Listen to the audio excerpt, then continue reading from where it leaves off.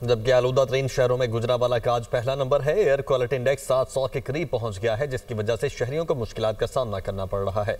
गुजरांवाला में इस वक्त क्या सूरत हाल है, बता रहे हैं फहद बशीर।